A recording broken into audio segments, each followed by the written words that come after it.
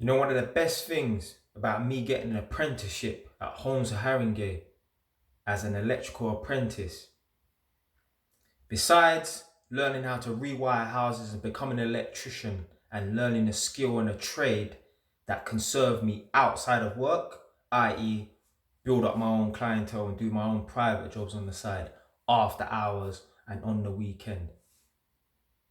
It's simply just networking and meeting new and different types of people. 'Cause remember, I come from the streets, so man only know a certain type of people. Street niggas, basically. Man that if they get into money, the first thing they think of is buy this car, this clothes, this watch, this chain, these jewelry, all that. When I got into the workplace, I was mixing with working class, predominantly white people. See, quite a few black people, but primarily I was mixing with white people.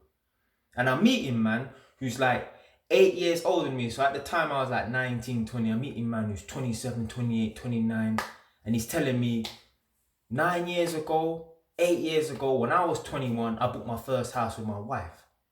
And I'm thinking to myself like, rah! So in a year or two's time, when I'm qualified, I'm basically going to be on the same wage and I could potentially buy a property. All right, maybe I won't have a wife or whatever to help me, but, I can, enter that type of thing where I can buy a property.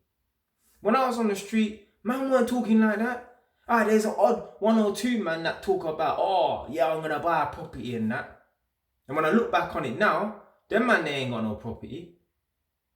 So even when there was certain man back then that were talking about that, whatever, but now, I remember talk is cheap, obviously. Now, 8, 10 years later, them man ain't got a property.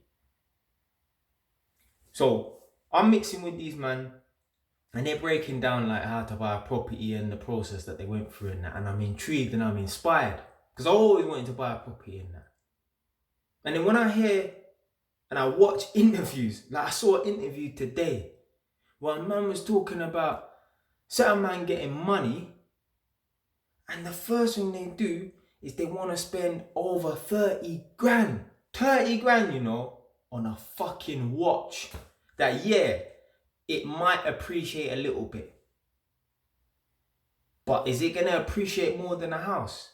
Man are talking about buying a 30 grand watch that might appreciate a little bit over a fucking yard. You see this house that I'm in right now? I put down 13.6k. 13,600 as my 10% deposit. My house has gone up by around 20k in 3 years. I doubt any watch, any Rolex, any AP, I doubt any of those watches will go up by 20k in 3 years. And furthermore, I put down less as a deposit than that fucking watch is worth. But this is the dumb mentality about man on road. Like, man on road, all they think is get money and show the whole world that I got this money. Like, trust me, you don't look like, oh, you see me in this fucking, extra large white t-shirts and that, and my hair's all hardly ever haircut and all them things there. People think, oh, this guy ain't got money. Trust me, I got money. I don't flaunt it. I've never been one of them man to flaunt money. Yeah, I talk about money, but I've never been man to, I ain't that kind of person. I don't really give a fuck. Like, honestly, if I had a mill, no one would even know about it. No one even know about it. Because my mindset is not, oh, as soon as I come into money, go and blow the whole thing on foolishness and that. So that's one of the best things about getting an apprenticeship and, working in the electrical field and the construction industry. Because you're around, man, you're surrounded by people who buy properties. You're surrounded by people who maybe on the side they have a little property renovation firm. Thing is, with certain jobs, if you work in Asda, if you drive a bus, you drive a tube, you work for Amazon or DPD, the majority of those people that work for these companies, bruv, they're not looking to, buy a property. They just got jobs, J-O-B. They're not in a career. Most of them people that are in them jobs, they're on a joke thing. So they can never teach you about buying a property and that. But when you enter certain workplaces, certain environments, you're going to be around people that are on that energy and they can teach you. They can teach you a lot more than a man off the street who's telling you, yeah, as soon as you get 200 grand, first thing you do is buy a watch or buy a car. That's foolishness. Even man that I know right now, them man are all sitting on 2 properties. Both properties are worth more than 300k each. But a man's got a fucking Seat Ibiza on his fucking driveway. Because this is the mentality of a smart man.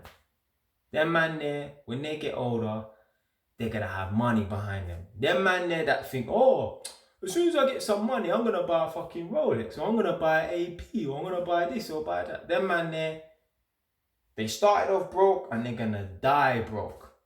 But those people that, you know, they invest their money in the right places, they may or may not have started off broke, but they definitely won't finish off broke. So that's the greatest thing about me becoming an apprentice at Holmes and Haringey and that type of workplace, being in the construction industry, because I'm around people who are actually buying properties. I'm around people who can actually inspire me. No one on the street can inspire me to do nothing. There's only 1 or 2 men that live the street life and then they turn into something good. Obviously I'm one of them, but there's plenty more. But few and far in between. Compared to the rest, there's hardly any. Stay wise.